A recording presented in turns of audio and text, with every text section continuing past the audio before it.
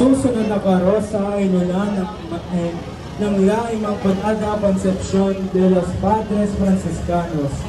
Kanyagang simbahan ng mga Fransiskanong Fraile noon sa lumang Intramuros sapagkat minsan itong naging sentro ng debosyon sa mahal na Birhen sa ilalim ng taguring Immaculada Concepcion.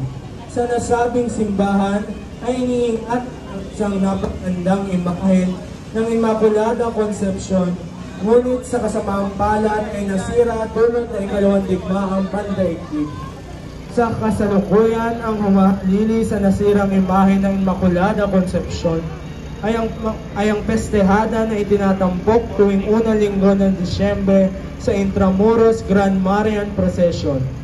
Ang debosyon ay patuloy na yumayabong sa pagpaparangal kay Maria tuwing ikawalo ng Disyembre bilang paggunita sa dakilang kapistahan ng kalinis-linisang pagdilihi sa mahal na Inang Birheng Maria, na siyang pangunahing patrona ng buong Pilipinas.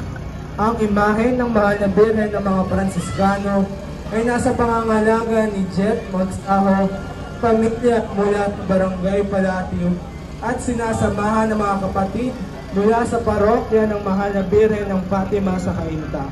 O Maria, ipinaglihing walang kasalanan, ipanalangin mo kaming dumudulog sa iyo.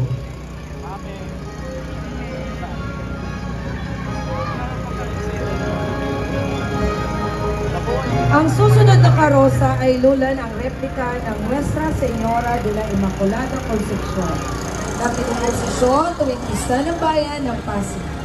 Ang kalinis-linisang paglilihi sa mahal na Birheng Maria ng kanyang inang si Santa Ana ay isa sa 4 na dogma o katuruan ng simbahan tungkol sa dakilang ina ng Diyos.